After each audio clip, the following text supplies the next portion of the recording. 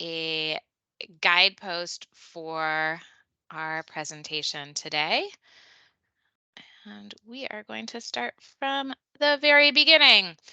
Um, so when we were talking about what we thought would be most useful today, we decided on ESSER hot topics. And I do want to reserve some time for questions at the end of this presentation.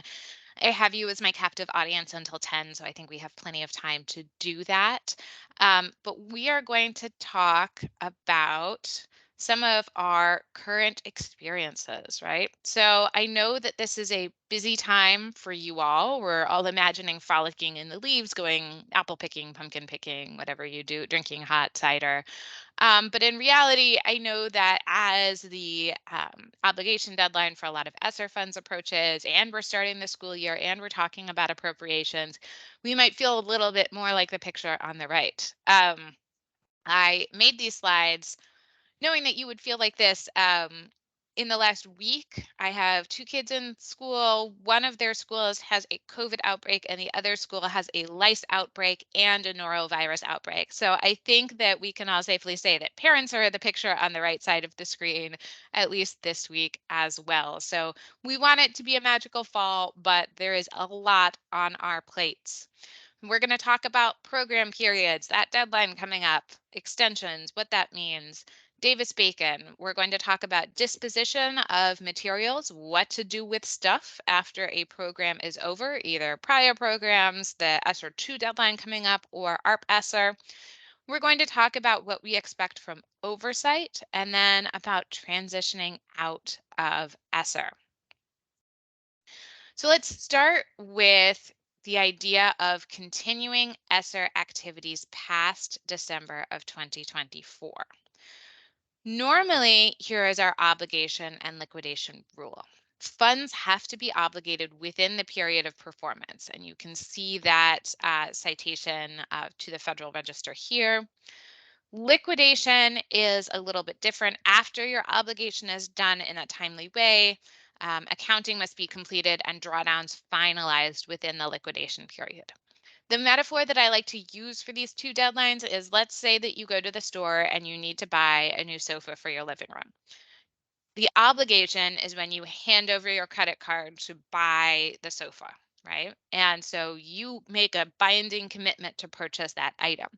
Often then it's delivered within that obligation period. You set up the time with the truck. Few people come and carry it into your living room. You spend some time wondering if you've made a mistake. And then the liquidation period is when you get the credit card bill and you have made this binding written commitment, you have received the item, and now you're paying it out, completing your accounting, and making sure that everyone is paid for the item you have, the money has come out of your account, and it's all done in your budget. So states, SEAs have 120 days from the obligation deadline to liquidate their funds. That means that they have to finish their accounting and their obligation, finalize their drawdowns. They are allowed to shorten that period somewhat to 90 days for LEAs. Because we know that after the LEA completes that liquidation, you may have to, at the state level, um, wrap up some things, ask some questions, do your own accounting. So generally, LEAs have 90 days to finish liquidation after the obligation deadline. Obligation means something a little bit different for each kind of expenditure. So when we have the acquisition of real or personal property, like that sofa that we bought at the store, the obligation is made on the date when the state or the subgrantee, the LEA, makes a binding written commitment to acquire the property. It looks a little bit different when you have personal services by an employee. When you have an employee who's providing services, for example, a teacher or an administrator paid by federal funds, those expenditures obligate when the services are performed. So each day an employee is employed, they obligate a new portion of funds. Contractors work differently. A contractor is the acquisition of personal services by someone else, and it's a specific set of services. So those obligate on the date on which the state or subgrantee makes a binding written commitment to obtain those services. And then performance of work other than personal services works much the same. Travel, though, works like employee services. Those expenditures obligate when the travel is taken. So, in order to know whether you've obligated in a timely manner, you need to look at what kind of expenditure you are making and what date it occurred.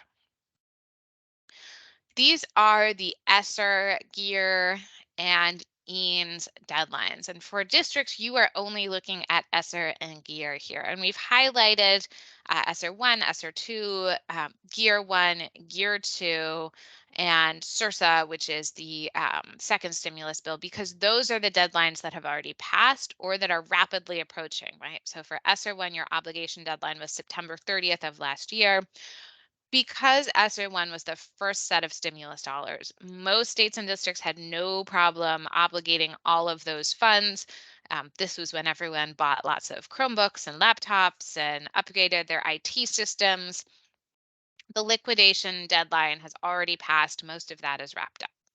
But ESSER 2 is the deadline that is coming up next in just 11 days, if I've done the math right. So that is when ESSER 2 and GEAR 2 funds have to be fully obligated, meaning you have to sign binding written commitments to spend the money on items or personal services by a contractor, and any personal services by employees must be completed on that date. LEAs get 90 days, so you will all be liquidating by New Year's Eve, and then the state gets another month or so to wrap it up. However, there is the possibility of a liquidation extension or a late liquidation. And that possibility is in the federal regulations for federal funds, and it provides an additional 14 months. So that means that if funds are timely obligated, you don't have to liquidate until March 31st of 2025 for ESSER 2, April 1st of 2024 for ESSER 1 GEAR 1. Usually, though, we would say services can't go beyond the liquidation period. So we would have to complete our services within the period of performance, liquidate, and even services that are done by contractors have to be over and done. And that is a general rule for all federal funds. However, the U.S. Department of Education has said that there may be circumstances in which services can go beyond the liquidation period in the case of ESSER and GEAR. So generally, we say a cost is allocable to a federal award or cost objective if the goods or services involved are chargeable or assignable in accordance with relative benefits received, and that means incurred specifically for the award, benefiting both the award and other work, and can be distributed in proportions that may be approximated using reasonable methods. In other words, if you are conducting services or purchasing items that benefit two cost objectives, you assign the cost proportional to the benefit, then it must be necessary to the overall operation of the entity and assignable to the award. So the ESSER guidance says in December of 2022 that although funds must be obligated by September 30th, 2023, grant activities carried out through a valid obligation of funds may continue beyond that date. So we're saying that generally we would have to complete activities by the obligation date. But here they're saying if you've met that obligation deadline, in some cases, grant activities may continue beyond that date. Now, they also say it's generally not good stewardship to do so. So I think that right away we notice a caution here. They say generally it is not good stewardship or prudent business practice to prepay for services that will extend many years into the future.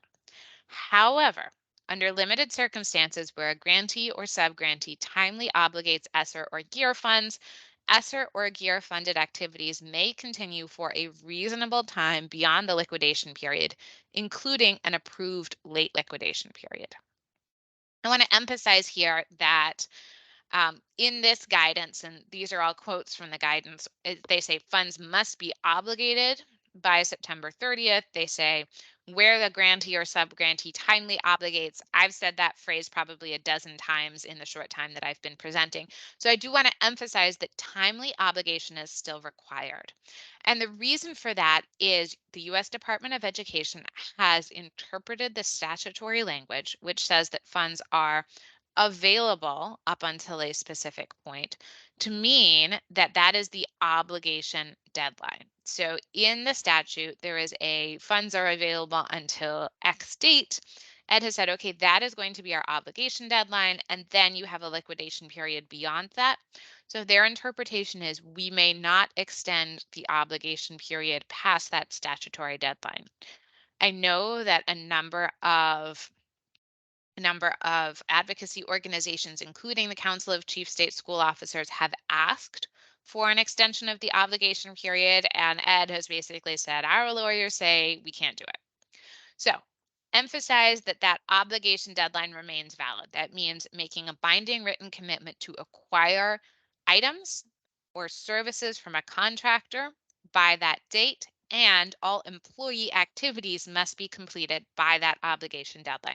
In the case of ESSER in Year 2, that's September 30th of this year.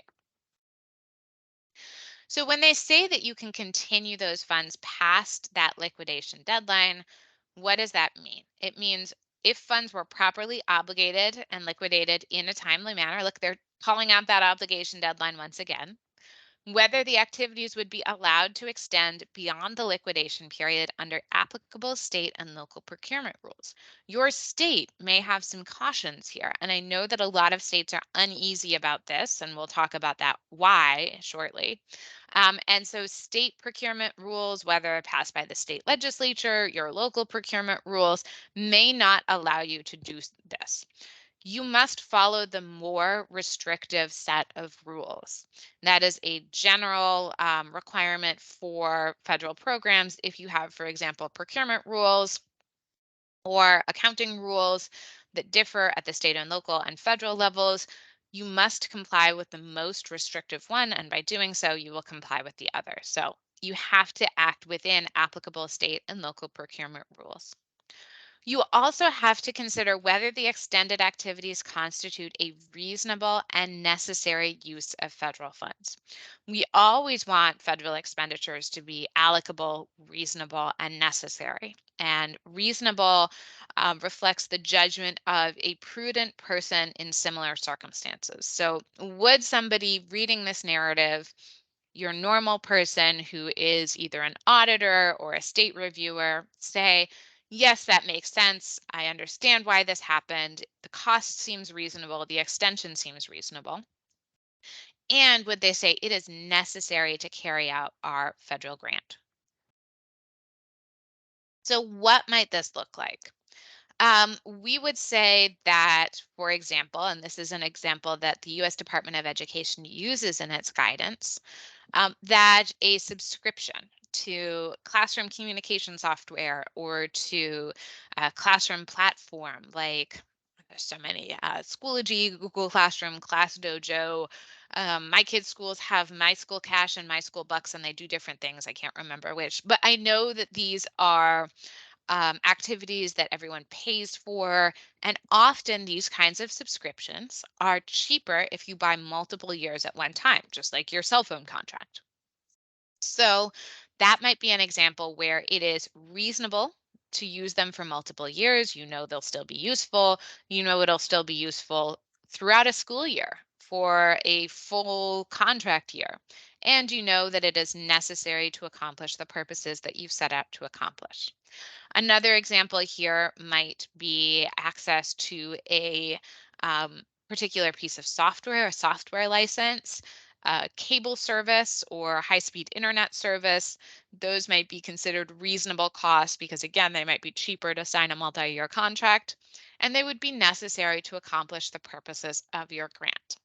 Those are all examples that we've heard commonly discussed. Another example that myself and my colleagues have discussed as allowable is, let's say you have a contract for tutoring services. And if you have to complete activities by the end of the program period, that means you have to wrap up activities by the end of this month. Well, that really doesn't make sense from a curriculum standpoint. Why would you do tutoring for the first month of the year, but not the rest of the year or even the rest of the semester? So you might say, look, in order to ensure that students get the maximum benefit out of this, we are going to sign a tutoring contract that is going to be timely obligated, but that is going to continue through the semester to December or January, or through the school year until May or June. And that may be both reasonable because there's a reason for that extension that aligns to your pedagogy, that aligns to your curriculum, and it is necessary to accomplish the purpose of this grant in mitigating the impact of lost instructional time. So that is not an example that the US Department of Education uses, but that's an example that within our firm we believe could reasonably be justified using the guidance that you have.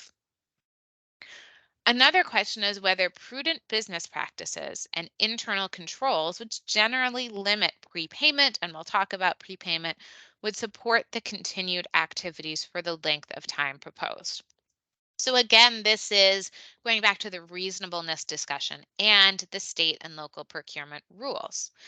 Is it a good idea? Would it be a prudent business practice? Are your internal controls and your state and local procurement rules okay with this idea? So when we talk about prepayment, prepayment means that we are paying within the liquidation period, but our activities are extending beyond. Generally, there is some risk involved with prepayment, and how much risk depends on the activity. So if I am prepaying for a software license, I already have the item. I don't need somebody to deliver the item. There's no concern that the company is going to go under and the software will go away because I've already downloaded it or I already have access to it. I think the same is true with something like a high-speed internet service. I already have the service. Verizon and Comcast probably aren't going to go bankrupt and disappear on me in the foreseeable future. So it is reasonable for me to say, okay, I'm going to prepay, or it could be reasonable based on your local rules. I'm going to prepay for that contract. Where it is a little bit riskier is with something like personal services. So let's say we've got a tutoring contract and we're saying, okay, well, I want to prepay not only for the rest of this semester, but also for next semester and for the summer. So now we're talking about prepaying for, 9 to 12 months into the future. That becomes a lot riskier when it's, say, a local company that has to show up and perform services every day, that is subject to potential staffing issues, that may or may not be around 6 months from now. And so, if it so happens that you prepay for those services and the company is unable to provide or does not provide those services, you must pay back that money at the LEA level, because then the state has to pay it back to the US Department of Education because that money wasn't used for what it was supposed to be used for, and the US Department of Education has to pay it back to the federal treasury. So if you prepay for services that you don't get, it is not billable to the federal award and you are on the hook for those funds. So there is some risk with prepayment, and we'll talk about how to address that shortly. Because ESSER and GEAR are both state administered programs, the SBA or the governor is going to determine whether those activities extending past the liquidation period are allowable under the circumstances. So here's the example that is in the guidance that we talked about. A multi-year software licensing contract with a vendor during the period of availability. Under the contract, the vendor would continue to provide some services, software and technical support for some time after the funds had been liquidated. Now, an interesting thing here, we talked about prepayment being really low risk when you have a software license. And notably, the US Department of Education has combined the software license with technical support, which is a little bit higher risk for prepayment because there's always the risk that they will not be around to provide those services. The risk is lower if you have a large national company, something like Google. Um, but there is still some risk, and it's still an example that the US Department of Education is giving. So, how long could these services go? Ed gives just a little bit of guidance and says that under no circumstances may services extend beyond the date on which funds revert to the Treasury, and that is 4 years after the obligation deadline. They call this the Treasury sweep. That's where the US Department of Treasury comes in and says, okay, you're not going to use this money, and takes it back and puts it into the general federal ledger. So you have at most 4 years after the obligation deadline. Again, the length of services that are provided beyond the obligation deadline is going to be subject to that reasonableness and the risk calculation involved. So our ARP, American Rescue Plan SR3 standard liquidation ends on January 28th, 2025. So we would say that services ending after the 2025 school year or in June 2025 are okay. Ending after 2025 summer programs, also okay. Let's say we entered into a 5-year agreement in September 2022 and services end in September 2027. Probably okay, right? It is within that 4-year timeline, but it is really long. A 5-year agreement where at least half of it is beyond the traditional liquidation deadline. It comes with a lot of risk. The same is true for something you enter into this month, right? There's a lot of risk, especially with prepayment. But our biggest deadline is the end of Treasury sweep, which is under no circumstances can those activities continue past September 30th, 2028 for ESSER 3, which would be 4 years past the obligation deadline. And that is the latest that you could possibly use ESSER funds.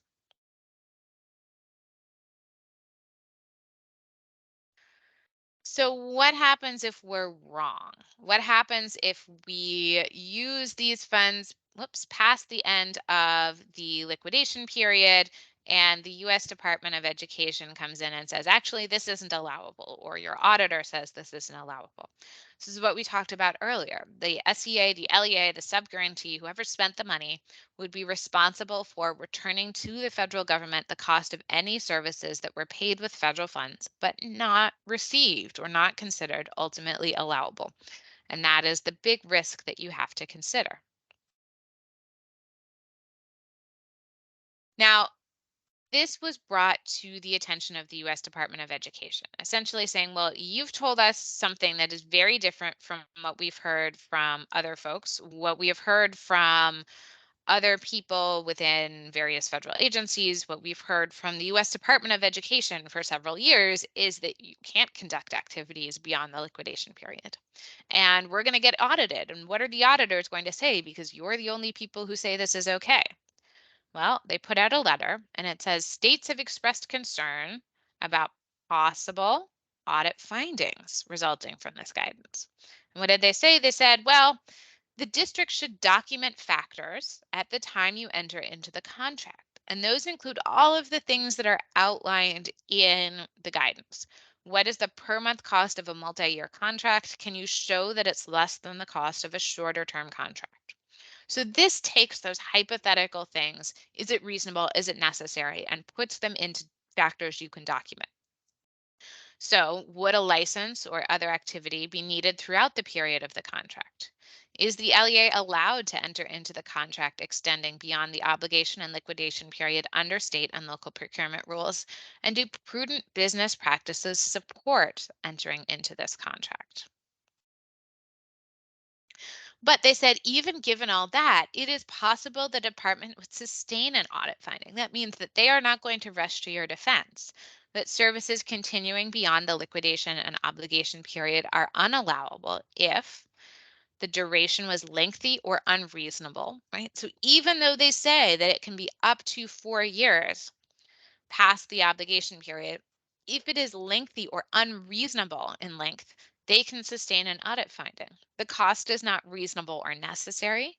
It's not supported by state law, internal controls, or prudent business practices, or the contemporaneous documentation from the time does not support the decision to use those funds for services that extend beyond the obligation and liquidation period.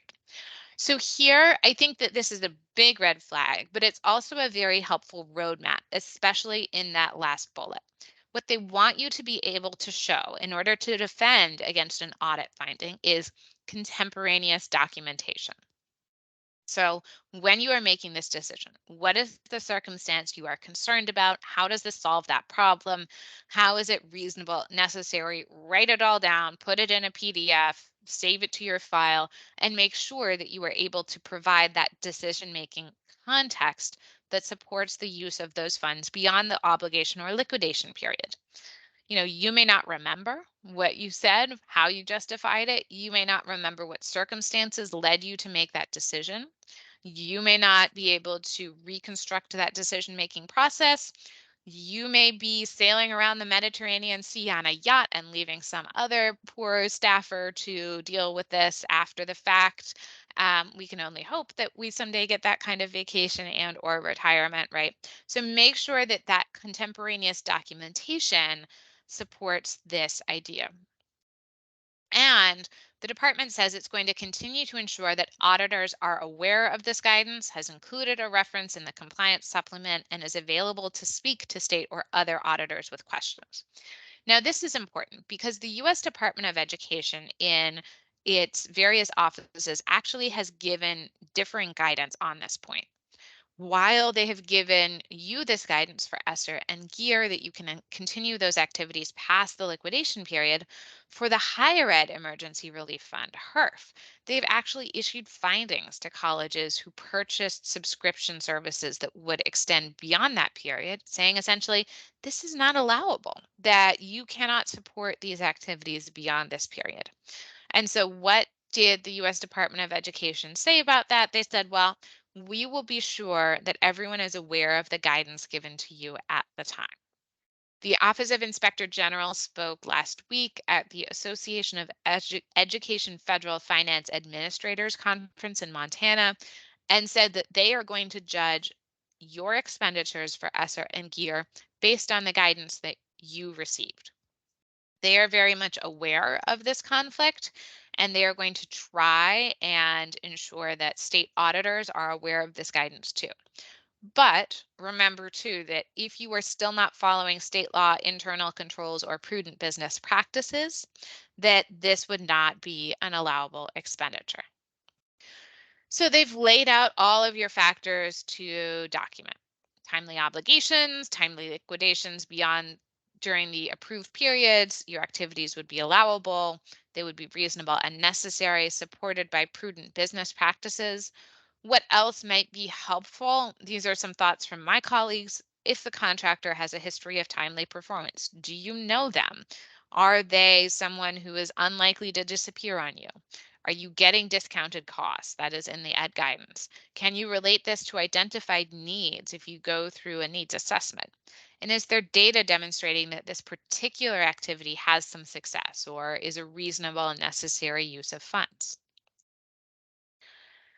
So we've talked about activities beyond the liquidation period. We've talked about the fact that we're not going to get an obligation extension.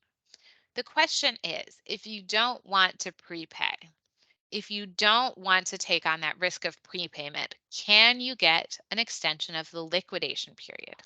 And that is possible. That is available for up to 14 months, as I mentioned in that table. So the US Department of Education put out late liquidation frequently asked questions in September and in December of last year. Just yesterday afternoon, they actually put out a memo to chief state school officers that said that this applies not only to CARES and SURSA, but also to ARP.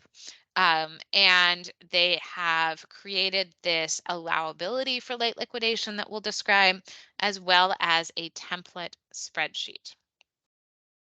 So once again, as I mentioned, the 14-month potential liquidation extension, these are the deadlines that it would give you. They would all be 24, 25, 26. Now, even with this 14-month liquidation extension, you don't get to that timeline, that deadline of no later than 4 years after the obligation deadline, right? You don't get quite that far. But this is another barometer that you can use to judge reasonableness and to talk about the risk involved. If you are not willing to take on the risk of prepayment, you can say, okay, we are going to apply for a liquidation extension and then we won't have to prepay. That gives us until X date, or we'll minimize our risk by minimizing how far in advance we have to prepay. There is a state template for late liquidation requests. You, as the district, have to apply to the state, and then the state can submit requests on behalf of itself and or its LEAs. The reason that they did that is they want to push some of the decision-making process down to the SEA level. They want the state to continue to provide technical assistance and monitoring and oversight. And they also want the state to do some evaluation of whether or not a grantee is high risk. So most states did not apply for late liquidation. In fact, I don't know any states that did for CARES Act funds. And that is in part because CARES Act funds were the first pool of funds. They were spent very quickly. So now that we're getting into the deadline for SRSA, as well as starting to open up liquidation extension applications for ARP, we're going to start seeing more of this. There is no firm deadline for applying. They have some suggestions for when you might want to apply, which is basically the obligation deadline because they want you to plan ahead. The state has to define what constitutes a low risk grantee for this purpose and verify that grantees are low risk. A risk assessment may look at previous audits, the amount of funds received, the amount of funds that have yet to be spent. It's going to vary depending on the state. You have to ensure funds were obligated in a timely way. If you take nothing else away from the first half hour of this presentation, it's that you really need to obligate your funds in a timely way. Nobody's going to bend on that, and that is going to be the stepping stone that gives you more flexibility on both liquidation and activities extending beyond the program period. Have to maintain your supporting documentation. And this is new to ESSER and GEAR late liquidation. There needs to be a reason for applying beyond just running out of time.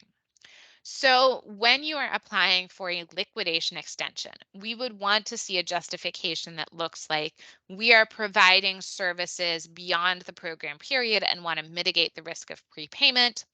In the guidance, they give the examples of delays in product shipment, for example, for HVAC equipment. You could talk about staffing issues as being a reason that you might want to or need a liquidation extension. What you don't want to do is apply the way I saw a request to a state the other week, which is we really need to give our employees lots of time off this fall because they'll be busy and we are not going to have time to do it.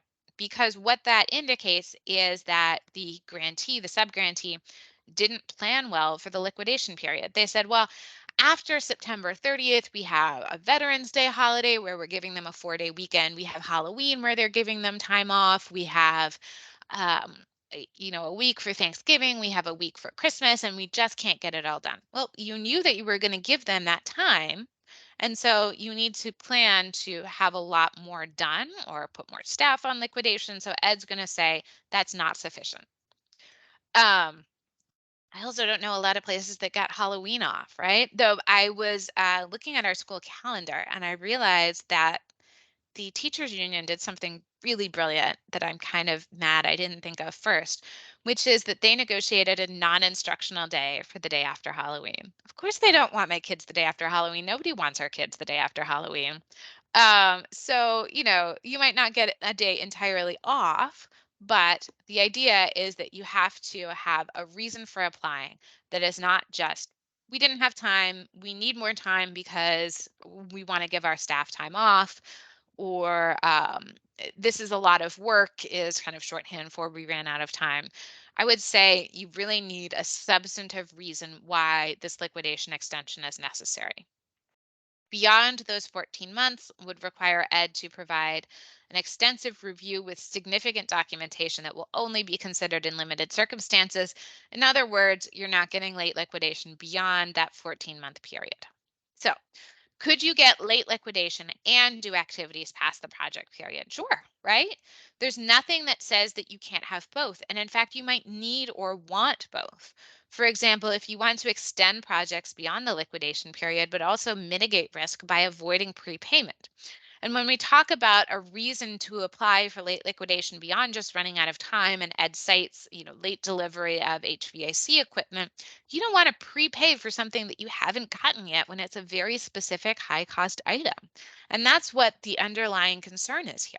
So if you say, we want to buy the item and we want to install the item past the project period, you may want to mitigate the risk by avoiding prepayment for both.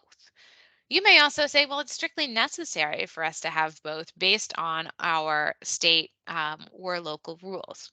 Now, I will caution that the late liquidation is an application. There's no guarantee that you will get it. And in fact, one of the concerns that we've seen cited by the US Department of Education several times is that a LEA or a subgrantee is going to engage in a construction project, and that is going to take a long time, and they're not going to get late liquidation for other reasons, either that they are planning a project that they can't reasonably accomplish and they don't have a reason for the extension beyond just wanting more time, or they're high risk, or there's no way to get around it in state or local rules, right? Or funds were not obligated in a timely way. Well, in that case, remember, we go back to what happens if we're wrong.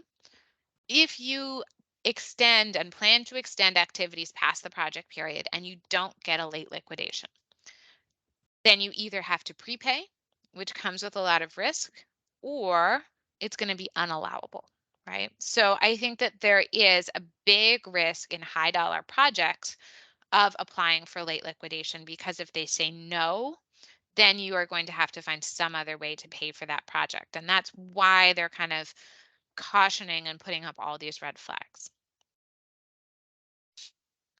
So let us talk. I'm just checking the chat here. Yes, we are definitely going to share these slides. Let's talk about the Davis-Bacon Act. And Davis-Bacon, speaking of construction, is a federal law that says projects over $2,000 financed in any part by federal funds must meet all Davis-Bacon prevailing wage requirements and include language in the contracts that all contractors or subcontractors must pay wages that are not less than those established for the locality of the project. This is known as a prevailing wage rate. When you do construction, when you sign a construction contract that involves federal funds in any part, and that means you can use $10 of federal funds. As long as the project is over $2,000, you have to meet Davis-Bacon. That means that all construction projects that are financed by ESSER, where you're using federal funds, have to comply with Davis-Bacon prevailing wage requirements, and contractors have to pay those prevailing wages. It has to be in the contract.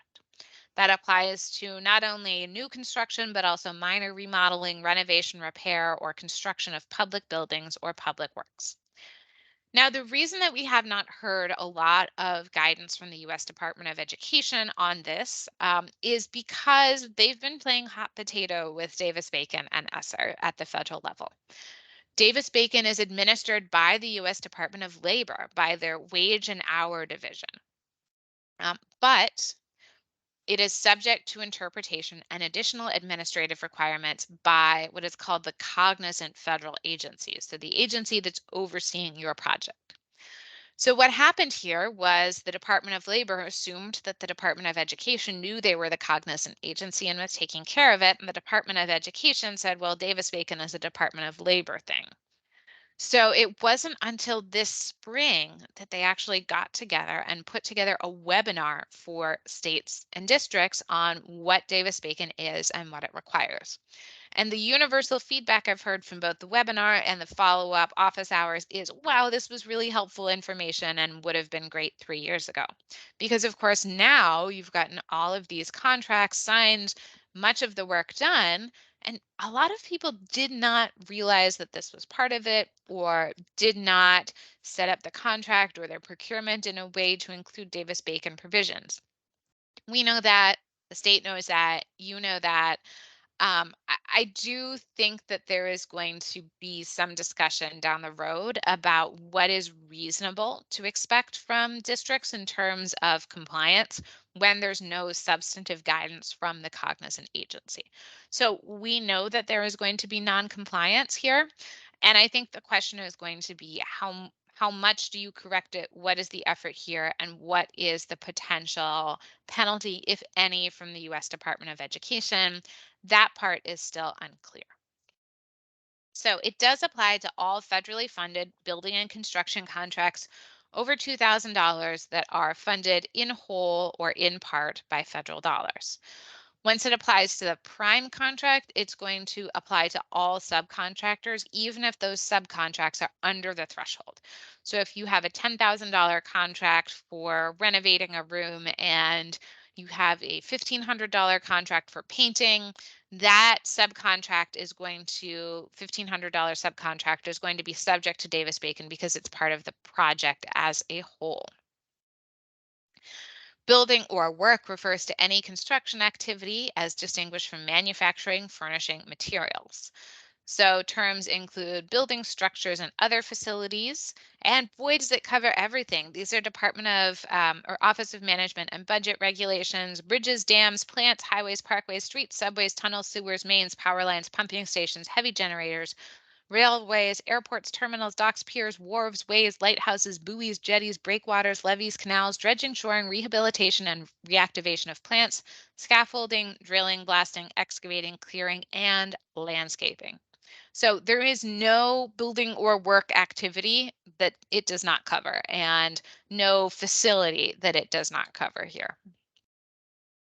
Department of Transportation has elaborated on where they believe it covers.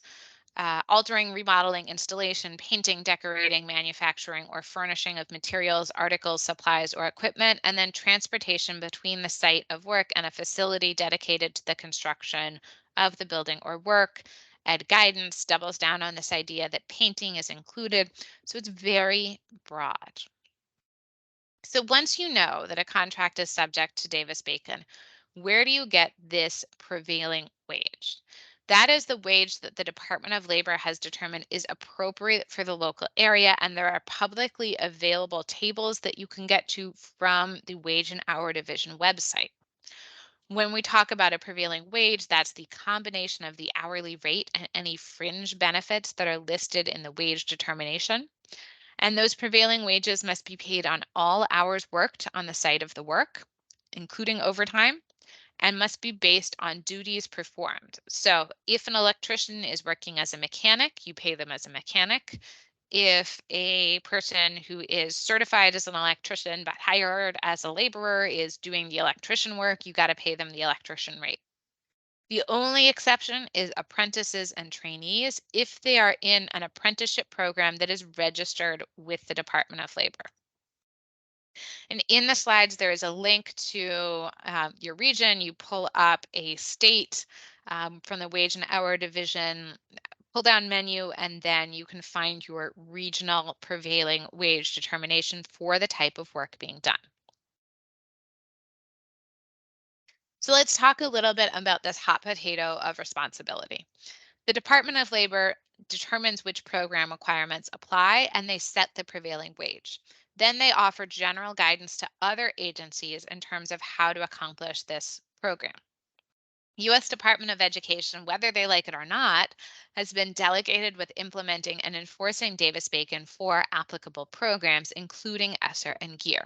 So for purposes of Davis-Bacon, you are still responsible to the Department of Education, even though it is administered in large part by Department of Labor. When you contract for a construction project, whether you're an SEA or an LEA, you must ensure that the contract includes a requirement to pay Davis-Bacon prevailing wages where applicable, and you should determine what wage schedule applies to the contract, what your region is, how much you're paying people. You have to ensure that payroll records are received and that they align with that prevailing wage. You have to post a poster or confirm that the contractor has posted a poster on the work site. I know this seems like just a little tiny thing, but one of the biggest findings that the Department of Labor cites as noncompliance is having no Davis-Bacon prevailing wage poster visible on the work site. This reminds me a lot of that famous story, and I can't remember what band it is, but there was a really famous band that had a lot of pyrotechnics in their set. And they had some concerns that the facilities where they were touring to would not have adequate electrical or safety equipment in place, and they had it all laid out in the rider. And they also put a couple very specific things in the rider, one of which was that in the green room for their performers, they couldn't have green M&Ms. Now, if you are a venue that looks in this contract and you say, well, these guys are a little bit wacko, but okay, I'm going to have some intern pick all the green M&Ms out of there. They'll go into the room and they'll see no green M&Ms and they'll say, okay, these people have read our contract and taken it seriously. But if they go into the dressing room and see a pile of M&Ms and the green ones are clearly visible there, they say, okay, this venue either didn't read the contract carefully or they read it and didn't take it seriously, which means that they might not have taken other pieces seriously either. So the poster is still important because it shows that you're reading the Davis-Bacon and that you take it seriously and that the contractor takes it seriously. And then as a contracting agency, you're supposed to confirm that those making less than the prevailing wage are in those qualified apprenticeship programs, that they are enrolled, that it is a registered apprenticeship program. Here's a copy of the poster, right, that the contractors have to post on their website. It is easily available on the Department of Labor's website. There's a link right here. So contractors have to pay covered workers weekly.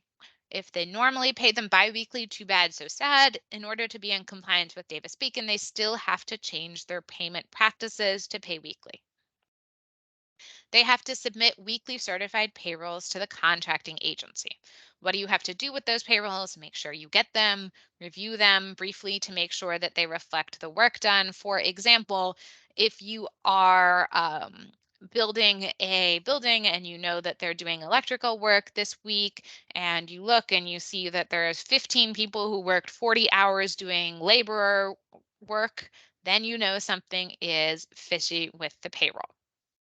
And then contractors and subcontractors must post the applicable Davis-Bacon wage determination on the job site in a prominent and accessible place.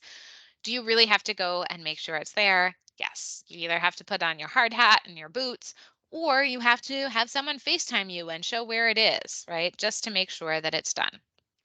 So Department of Labor has this fact sheet on Davis-Bacon, and here are their typical problems. I like to call this the top findings, right? Misclassification of laborers and mechanics, paying people the wrong rate, either a cheaper rate than they should be or just lumping them all together. Failure to pay full prevailing wage for all hours worked. Inadequate record keeping, such as not counting all hours worked or not recording hours worked by an individual in two or more classifications during the day. Remember that you have to pay people for the work completed. So if somebody does laborer work in the morning and electrical work in the afternoon, the record keeping should reflect that. Failure to maintain a copy of the registration documents for an apprenticeship program, failure to submit certified payrolls, and there we go, failure to post our poster and the applicable wage determination. So what do we do if noncompliance is identified? You're saying to me, lady, we signed our contracts, we did our work, our facilities are painted, our kids are already destroying them, right? So if the payroll has not been provided, you can withhold payments to a contractor until the payroll is provided, including a written statement of compliance. If it just was not included in the contract, they want you to retroactively amend the contract and pay back wages. This means amending the contract back to the start date and saying to the contractor, okay, we will give you the money to pay back wages. You need to track these people down and pay them in compliance with Davis-Bacon. What happens if you can't find the contractor? You have to do your best and document that. What if the contractor can't find the workers? then they don't get the money, but they have to document their best efforts, right? You have to try your best to retroactively amend the contract. If the project is over and it fails to include Davis-Bacon requirements, incorporate them retroactively, ensure records are completed, and append a statement outlining the circumstances if the payroll was right or the pay was right and you just didn't get the records. As long as the workers get paid at least the Davis-Bacon prevailing wages, then there's not a monetary penalty. And in the webinar that they conducted this spring, Department of Labor said they're going to try their hardest not to issue a monetary penalty. And that usually what happens is that they issue monetary penalties when there is kind of egregious violation of the law. For example, the contractor takes the Davis-Bacon wages and um, doesn't actually pay them to the workers, or the contracting entity says that they're doing Davis-Bacon, but they don't actually go through any of the motions and don't do any checks. So they're going to try really hard not to do a monetary penalty if it is really that you didn't know what you were supposed to do and you make your best efforts to correct it after the fact. Now, the US Department of Education said, well, we may impose requirements that the district improve their contract practices. And that's another non-monetary consequence, right? You very rarely have a situation where you use federal funds for construction. But in this case, they're saying, if you do, we want you to be prepared down the road. So we may say, if this is a federally funded contract practice, here is the language we want in our contracts down the road, so that you can ensure that you are going to be compliant the next time around. If the contractor gets the money but fails to pay Davis-Bacon wages, the district should work with them to figure out how to correct their practices. Payments should be withheld until issues are rectified, and then the contractor, no matter how far back it was, should pay those back wages to their workers. There's no statute of limitations for Davis-Bacon. Direct payment to workers takes precedent over all other costs. So if they say, yes, we'll pay the contract wages after we get the payment for the HVAC item that we ordered, that's not how this works. The workers have to be paid first.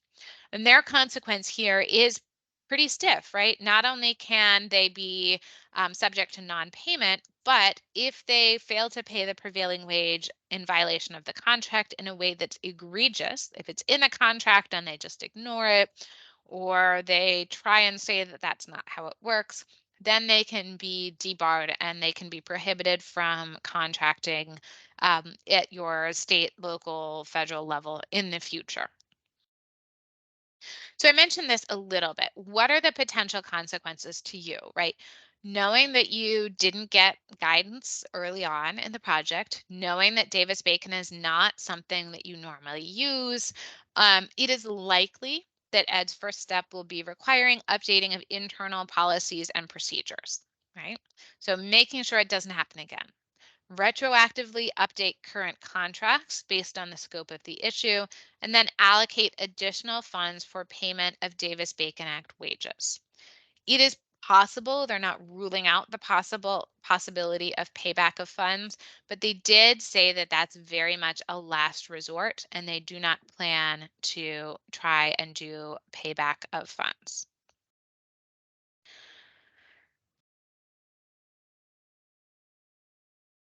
So yeah, I see a contract. We replaced water fountains and HVAC units. Do we need to post the contractor posters? Yes. If you are doing activities that would constitute construction, that poster should be up to the best of your ability.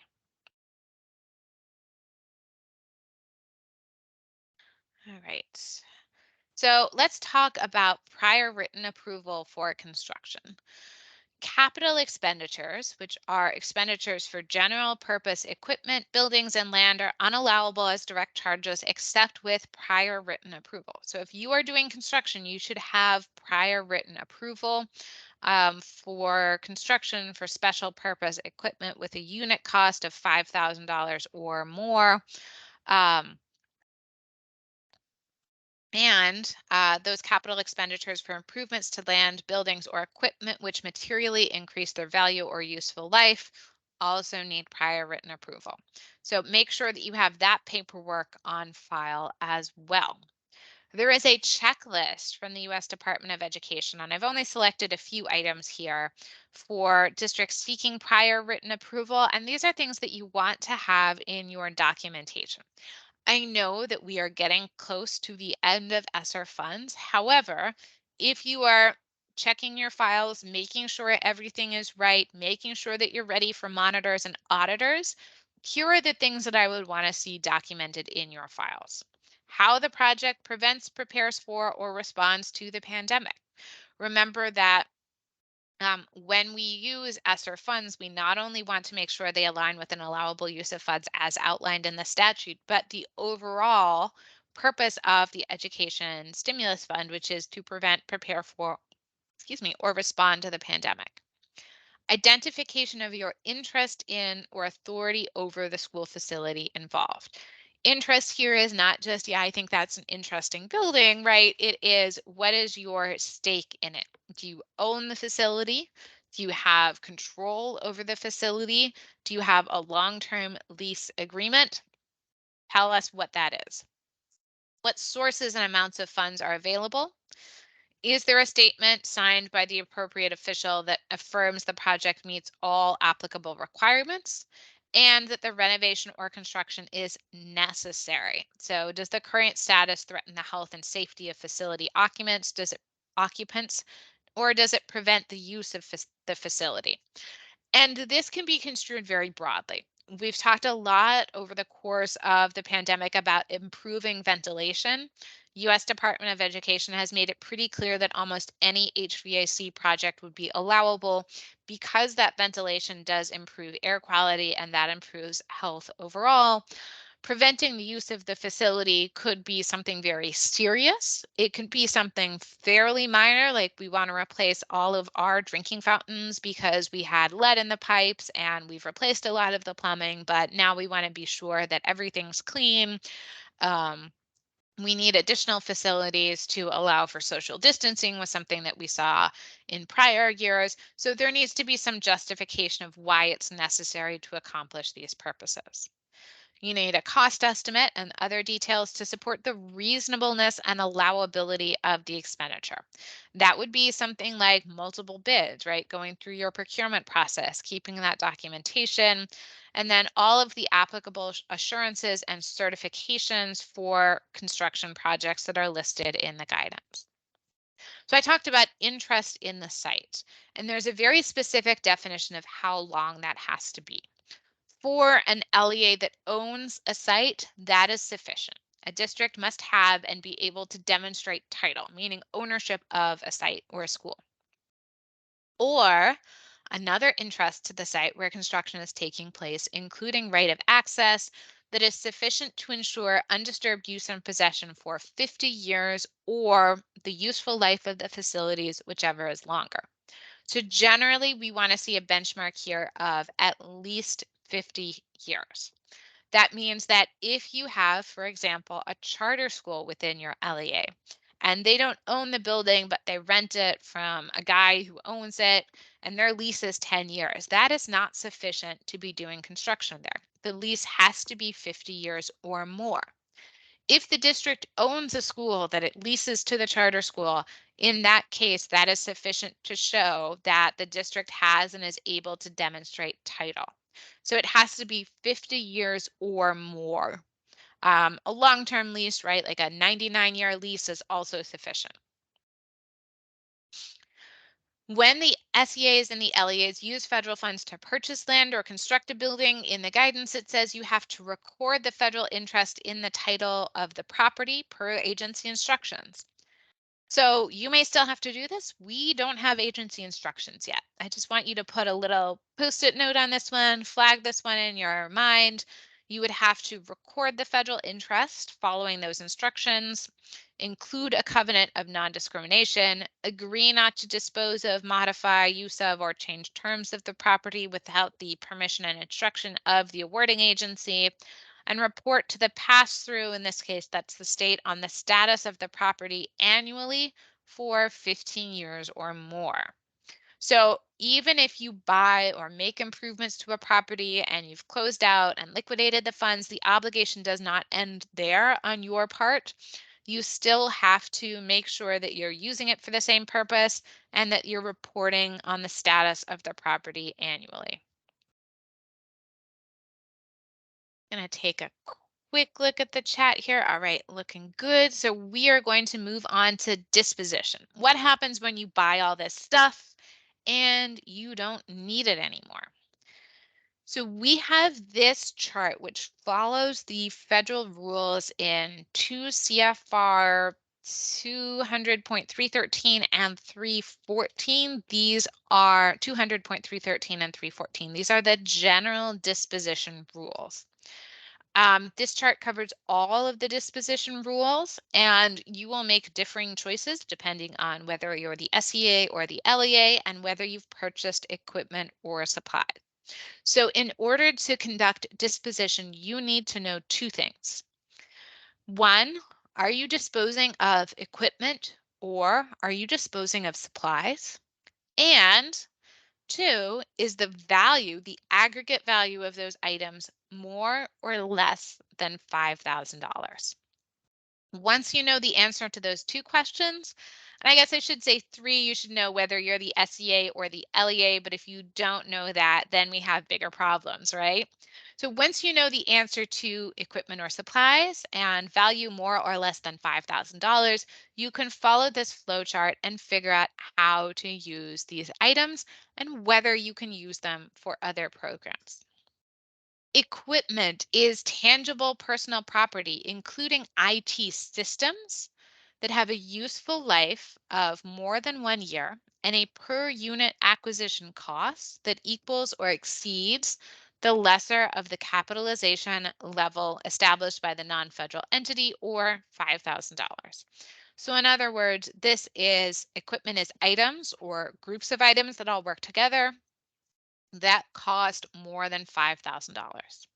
Supplies are pretty much everything else, all tangible personal property that is not equipment. A computing device is a supply if the acquisition cost is less than $5,000, regardless of the length of its useful life. So most of what you will be dealing with here is going to be supplies. And in that case, you are going to follow this chart right to the middle. The rules are the same for the SEA and the LEA, where for supplies, you decide, is the value more or less than $5,000? If it's less than $5,000, you can retain, sell, or dispose of those items with no further obligation to the federal government. Let's say you have a closet that is full of notebooks and pencils, and you decide that the value based on what you have there is less than $5,000. Distribute them to your teachers, right? Do whatever you want with them. The aggregate value being more than $5,000, let's say you have a storage unit full of smart boards, then you have to either retain or sell those items, and you have to compensate the Department of Education for the appropriate portion of the fair market value. So what does this look like? Equipment and supplies purchased with ESSER or GEAR funds specifically can be used by states and LEAs for the authorized purpose during the period of performance, right? Got that? That's the basic rule. Or until the equipment and supplies are no longer needed for the purposes of the ESSER or GEAR program. So let's say that you bought a bunch of smart boards and you are using them in a tutoring program or you're using them in an educational program for ESSER and GEAR. You can continue to use them for that purpose until they are no longer needed, even beyond the period of obligation and liquidation.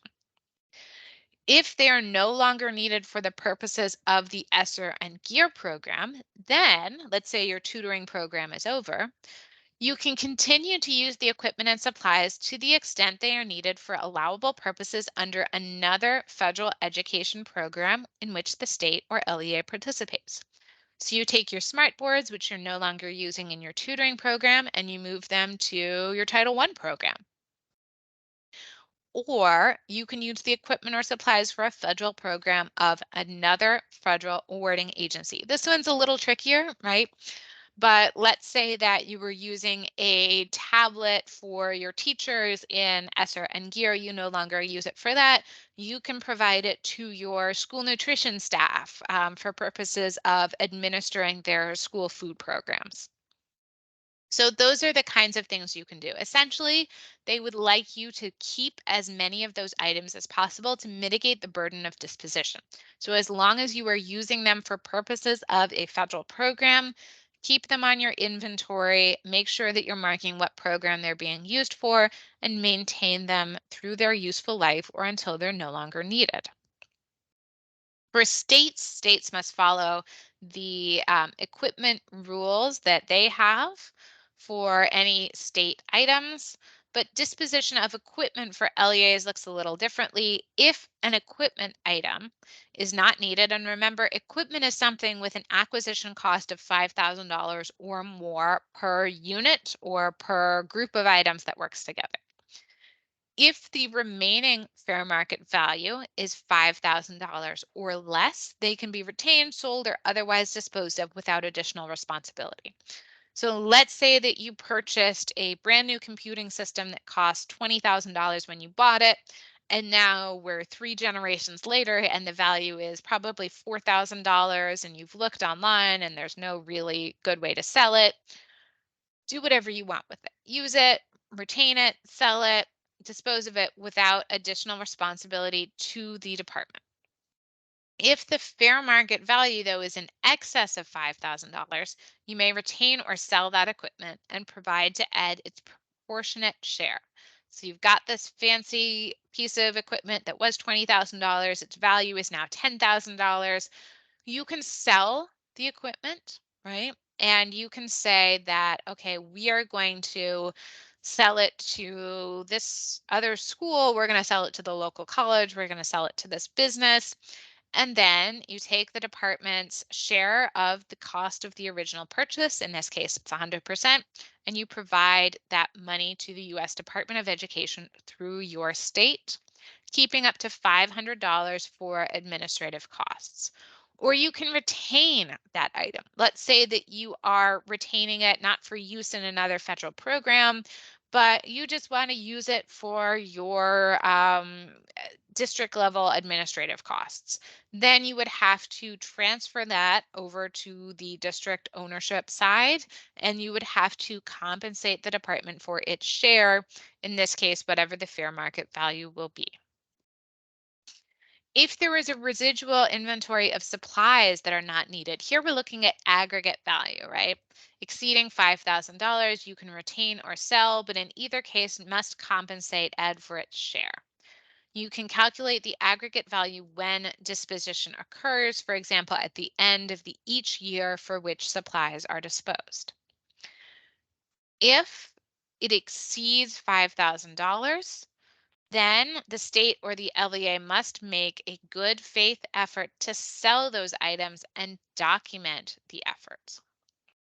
So let's say that you have your item, you're trying to sell it, it's worth $10,000, or you have a bunch of Chromebooks that in their aggregate value are worth $10,000, and you try and sell them, but everybody else is also trying to offload $10,000 worth of Chromebooks and you can't find a buyer. You document those efforts and you have no further obligation to the department. If you cannot use the supplies yourself, if you cannot sell them, you can give them to somebody else who needs them. You can keep them in a closet. You can pretend you're in the movie Office Space and take them out into a field and take a baseball bat to them, right? You have no further obligation to the department because if you've made that good faith effort and you haven't found a buyer, we're going to assume that there's no actual market and nobody's going to use them. What about equipment and property that you may have purchased in order to provide equitable services under the CARES Act? That can be used for the authorized purposes of the CARES Act program until the equipment and supplies are no longer needed for those purposes. So if you are using equipment and supplies, let's say your smartboard, to provide tutoring to students in private schools, and you plan to continue that tutoring program to help with the mitigation of the impact of lost instructional time, you can continue to do that. However, you are not required to allow the non-public students and teachers to continue to use that equipment and supplies. It does belong to the district. And if you say, okay, as a district, we are going to collect all of our smart boards and we are going to update them, reallocate them, figure out what's working and what's not, you don't have to let them keep those items, right? This is an issue where you have to decide um, whether it makes sense for you to do that from both a optics perspective and a equipment inventory management perspective. If, though, you permit them to retain those items beyond the period of performance to use them for the purposes of that program, then, as the district, you must continue to maintain title to those items. You have to continue inventorying them and keep administrative control over those equipment and supplies. And when they are no longer needed, then you have to go back to the beginning of our little chart and follow the disposition rules. So you can only allow them to be retained as long as they're being used for that purpose. If the private school says, actually, we're using our smart board now in our Sunday school class, then you have to say, okay, you either need to compensate us for the fair market value or we have to take it back. It's no longer needed for the CARES Act program, can be used for another federally funded program, can be transferred to the LEA or another public entity for the purposes of another federally funded program, for example, regular Title I equitable services, or disposed of based on fair market value.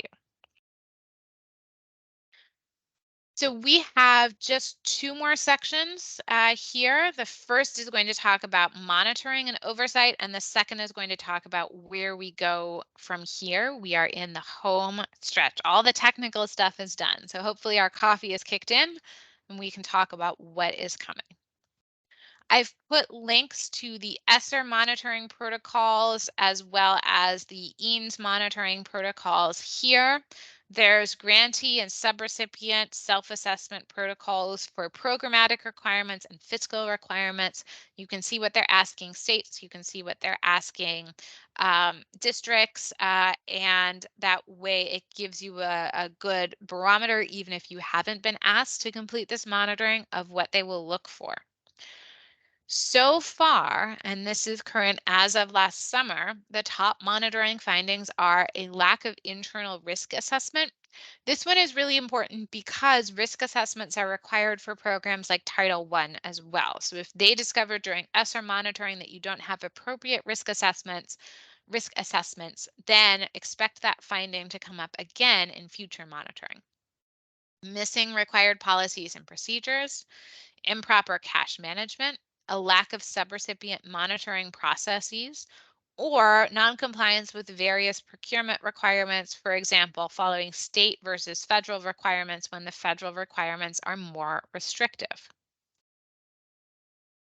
The Ed Office of OIG has issued a report which was informational, so there's no recommendations or findings about LEA use of funds for technology, because this was a big part, especially of the CARES Act. They conducted a nationwide sample of LEAs about their experiences using ESSER funds to purchase educational technology or to continue student instruction, determined that the types of educational technology that LEAs purchased, mostly laptops, the challenges experienced, finding those items, getting them here on time to the district, and then the impact that technology had on student learning, which was kind of varied depending on the district as well as the student. We expect a lot more of these kinds of assessments. In fact, last week, the US Department of Education put out a Federal Register notice, which said that there's a lot of interest in figuring out where this money went and how it aligns with spending under the major formula programs like Title I, Title IV, IDEA. And so they are looking for permission for an information collection that would cover all 50 states and about 200 districts nationwide, and then would take 6 to 7 hours filling out information about those programs. So there's a lot of appetite at the US Department of Education for figuring out exactly where these funds went. And that is because they're getting a lot of pushback from Congress in ensuring that those programs were proper, all requirements were followed, and that the expenditures align with what Congress intended. So as we transition away from ESSER and GEAR, what should we expect? Well, Congress has a lot of go back here. Congress has a lot of interest in those programs. And in fact, one of the things that they've said is that they're interested in figuring out how that money was spent. We'll see that interest carried over in the budget this year. So, in the president's budget proposal, he suggested increases, significant increases to Title I, to Title III, IDEA Part B, and Child Care and Development Block Grant, and then some modest increases to other programs that don't quite match up with the rate of inflation.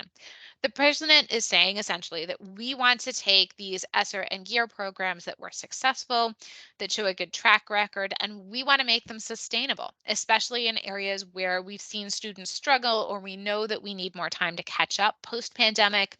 Title I students, English learners, students with disabilities. There was, however, a debt ceiling deal this summer. Now, the debt ceiling is Congress's limit on how much money it allows the Treasury to borrow to pay debts we've already incurred. This is kind of like your credit limit. But much like a credit limit, Congress can raise it. They don't have to call up their credit card company. They have to pass a resolution. And generally, this is a pro forma resolution. But in this case, this summer, Congress used it as an opportunity to negotiate lower spending levels, saying that we are accumulating debt at a faster rate than we would like. So, this debt ceiling legislation passed this summer caps fiscal year 2024. That's the fiscal year that starts next month, spending at current levels with a 1% increase for 2025. It If Congress does not pass all 12 individual appropriations bills, including the Labor, Health and Human Services Education Bill, by January of 2024, then all funding would receive an across the board 1% cut. So, in other words, not only are we capping spending at current levels in this congressional agreement, but it creates kind of a reverse incentive where if you want to see funding cut even further, you might delay the passage of final appropriations legislation past the new year. And then there's an across the board cut, and you've done nothing except essentially not help anybody pass legislation. So we need to take this and synthesize it into legislation that passes, or a short term measure that passes by September 30th to keep the government open. That was made a little bit more difficult by this House spending proposal that not only eliminated the president's proposed increases, but suggests eliminating all funding for Title II and Title III and cutting Title I funding by 80%, including a 40% cut to new appropriations and a rescission of some funds that are scheduled to go out October 1st. So I just want to be clear that neither the president's budget proposal, this chart, nor this House spending proposal are going to become law. And that is because they are two very different ends of a spectrum, and negotiation should get us somewhere closer to the middle. The only question is when that happens. So increases to spending, I think, are unlikely given how divergent these two proposals are and the debt ceiling caps. What is more likely is a flat funded amount or a 1 to 2% cut, knowing that the value of appropriations is going to be impacted by inflation. We also don't think we'll get a full year appropriations bill anytime soon. What they're looking at now is a short term CR so that they can buy themselves more time to negotiate. They've had varying degrees of success in trying to work that out this week, but they have a couple weeks to go. So it is possible they will work it out. It's possible we'll have a government shutdown. That is a discussion for another time. But I think that with our flat funded amounts or a small cut, we will see that finalized probably early in the calendar year. So let's plan for flat funded amounts or small cuts, but let's finalize our budgets in the new year. Let's also not forget that we have fiscal rules like supplement, not supplant, maintenance of effort, and comparability. And the differences between these requirements comes through in the language. They're either in comparison to state or local funds, to non-federal funds, or federal, state, and local funds. So you can supplement but not supplant various categories of expenditures, right? For Title I, there's a special rule. You can't be required to identify that an individual cost or service supported by with Part A funds is supplemental or provide services through a particular instructional method or in a particular setting. And you just have to demonstrate compliance through a methodology test. And this has to be allocating state and local funds in a way that is Title I neutral. We are going to see a renewed focus on supplement, not supplant, and this methodology as we ease out of ESSER funds. Outside of Title I, we use presumptions of supplanting. For example, were those services required to be made available under other federal, state, or local laws? Were they provided with non-federal funds in prior years or with other federal funds in prior years? And for Title I-C and Perkins, were they provided with federal funds to some students and non-federal funds with other students? These presumptions are rebuttable, and they would certainly be rebuttable in the case of moving funds from or costs from ESSER to other federal programs, because that ESSER funding is going to no longer exist. Generally, under IDEA, we want to make sure that we are supplementing and increasing the level of federal, state, and local funds. And amounts provided to the LEA must supplement and not supplant those funds. In the compliance supplement, they say that that's not really applicable because if you meet local MOE, then you're meeting the supplanting requirement. But let's make sure that we're familiar with this requirement nonetheless. And then in IDEA, those supplanting presumptions don't apply. This is a current to prior year test. So we're looking at current spending as compared to the prior year. ESSER and GEAR don't have a supplement, not supplant requirement. You can supplant other funds with ESSER and GEAR, but they're considered federal funds. And then you can use them to remove those supplanting presumptions because it's the short-term expenditure that will expire. ESEA has a maintenance of effort requirement. The combined fiscal effort per student or in the aggregate from state and local funds has to be at least 90% of the second preceding fiscal year. This is a prior year to second preceding year requirement. This is something that you need to look at when your state or local budget is determining how much they can spend on education. You have to maintain spending at least 90% of the second preceding year. And that applies to Title I, Parts A and D, Title II, Part A, Title III, Part A, Title IV, Part B, and Title V, Part B.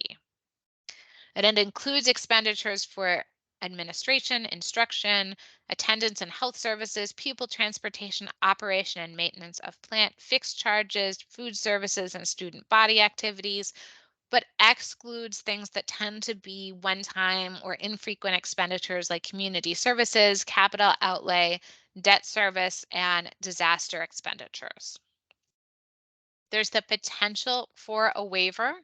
For example, in the case of a natural disaster like a hurricane or a change in the organizational structure of the LEA, or a precipitous decline in financial resources.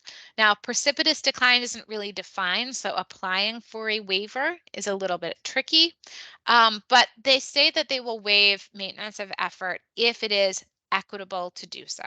If it does not result in certain students being deprived of resources or does not result in education being cut significantly generally, waiving maintenance of effort means meeting it for that year. LEA basically has to spend the same amount that it spent for the education of children with disabilities. It can't reduce that below the amount for the preceding fiscal years. And if a state or district fails to meet MOE, then there is the potential to pay back those funds. A state can recover funds from an LEA if the LEA fails to meet those MOE requirements.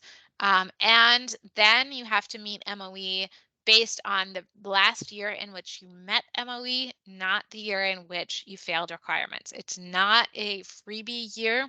You still have to go back to that prior year for comparison. There's also the comparability requirement in Title I. This requires schools and districts to provide services in Title I schools from state and local funds that are at least comparable to services in non-Title I schools. If all schools in a grade span within the LEA are Title I schools, then services must still be substantially comparable. This is not a spending test. You don't include salaries.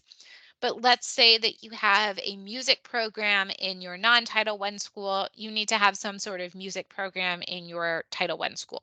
That can be orchestra in one and band in the other, right? You can have basketball in one class in one school and field hockey in the other, but you have to have comparable opportunities for students to participate in the same types of activities by grade span. You don't have to have orchestra in elementary school if you've got one in the high school, right? But you have to have comparable activities by grade span. There are also stimulus requirements. There's an MOE requirement for states, and there's a maintenance of equity requirement for states and districts. I know you are in the process of calculating and reporting this information. We actually don't know yet what a penalty might be for states and districts that fail to maintain equity, but we assume based on corrective actions for other programs that it would look like allocating additional funds to schools or districts to make them quote unquote whole if maintenance of equity was not met. So to make up the difference, you would probably have to pull money out of state and local dollars. And I think that is a likely consequence. But again, we don't know because the Department of Education has not specified. So wrapping up in our last couple of minutes, how do we plan for the future? Stimulus dollars are going away. We're not going to get more of them. There is, in fact, a movement in Congress to reduce education appropriations or limit them until school and districts spend down their stimulus dollars because there's a concern that you have more money than you can spend. I know that all of these requirements like supplement, not supplant, and comparability really restrict what you can do. That is beyond the technical expertise of most members of Congress, right? So stimulus funds are going away. We are not going to see more funds for sustainability, right? Appropriations levels are going to stabilize or slightly decrease. Our oversight in Congress and at the federal agency is going to be oversight and focus on tutoring and other learning loss mitigations. And let's be careful not to use federal funds to fill in the gaps. We're going to have concerns about those fiscal tests.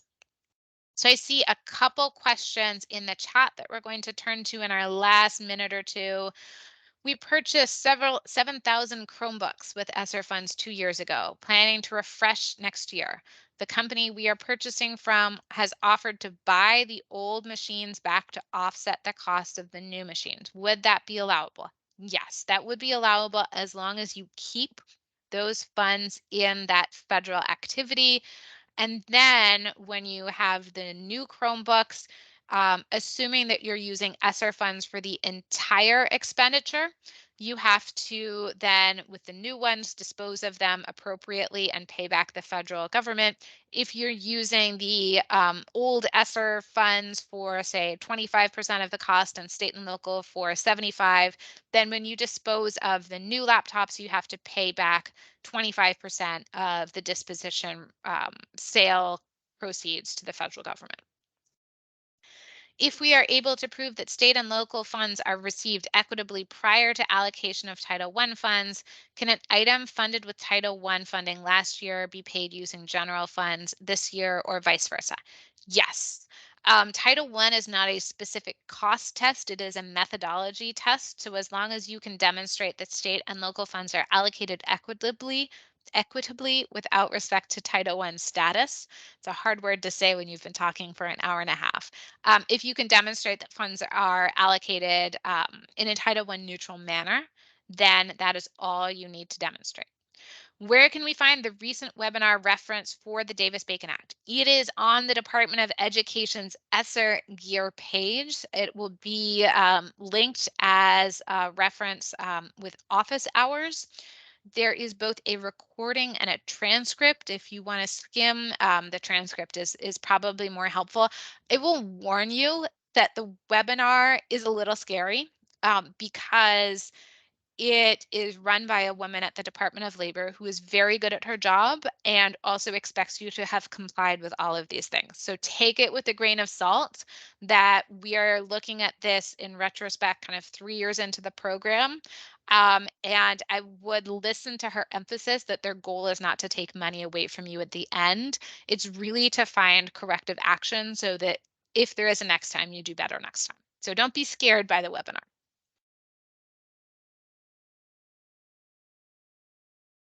Well, I think that that is it for me. It looks like we're all done with our questions. Thanks everybody so much for having me, and I will turn it back over to Emily.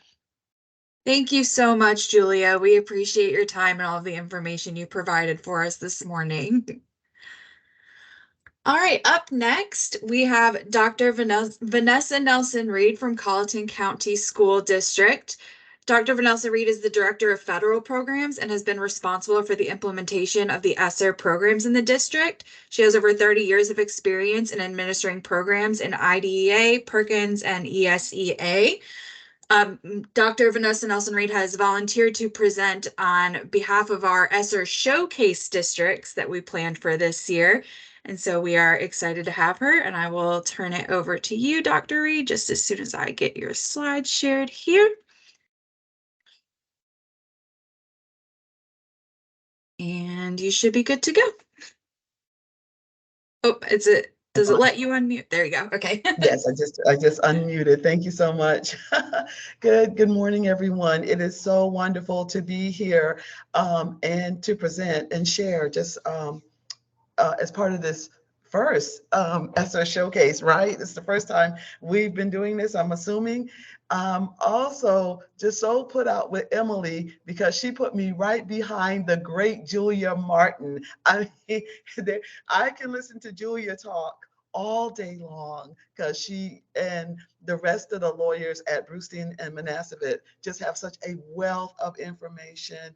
Just been following them for years, but prior to us even having them as our attorneys of record for the state, and just always great to hear you, Julia. Always great. So I'm not even going to try everyone to top all of that or fill her shoes. Rather, I'm just going to provide the information that we've developed here for our slides, and just to tell you a little bit about our ESSER journey from Colleton County. Prior to me doing this, I want to recognize I've invited some of my colleagues from Colleton to join me in this presentation if they want to weigh in with various aspects of the slides we're going to talk about. Sonia Grant is our special revenue accountant and keeps us on track and makes sure that all things ESSER have been spent properly. She and I have been joined at the hip since 2020 when we got the first CARES Act funding, and then subsequently CRSA, and now ESSER 3. And she's just been incredible in terms of working with.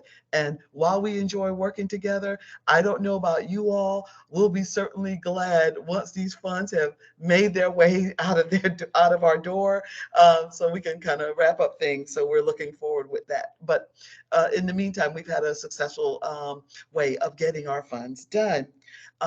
Dr. Dandy Daniels is also in the room, logged on. I'm going to be talking about our presentation, our partnerships that we funded with our ESSER projects. And Dr. Dandy Daniels is our MTSS coordinator that we hired for the district. She is in the room. Also, Renee Jameson is present. She's our district social worker. She is having throat issues. I'm not going to put her on the spot. She is here. Thank you all for being here.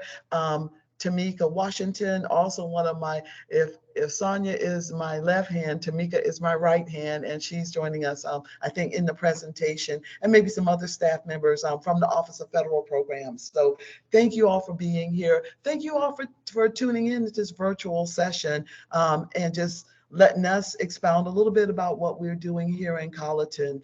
We're going to talk about the strength and partnerships and just using data to inform what we've done with our ESSER funds. In March of 2020, we were just like the rest of you all. I remember that day, just like any other pivotal days in history, right? When I was told, get your laptop, pack up your stuff, and go home.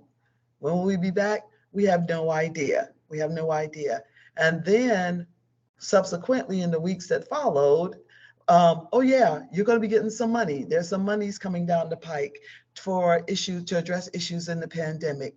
And then first it was the CARES Act funding, as Julia Martin was talking about. She gave that great chronology. First the CARES Act, then we got the word, here's some more money, some more money for you, because Congress said, hey, we don't think we've addressed all the issues as it relates to the pandemic. There's still some funds that need to be sent to address some of the issues, and particularly as it relates to learning loss and what we were looking for in the academic environment. And then finally, the Biden administration, with its huge investment in education and the things that we will need to do as we prepare for opening, reopening, and prevention. So all of that information in a very short amount of time, in about a 3-year period. I remember John Payne, who was the deputy superintendent at the State Department at that time, really saying this is so many billions with a B of funds being invested in education. And so we wanted to make sure that we were prudent and thoughtful in terms of allocating for these funds.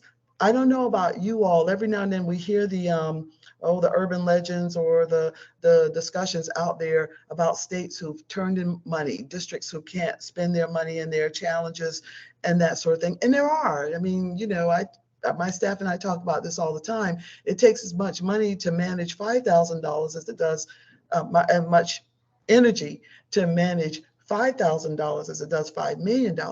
And when you have an influx of dollars, and you're asked to just, okay, we're going to address your concerns, then you got to be thoughtful about what you're going to do and how you're going to administer those funds.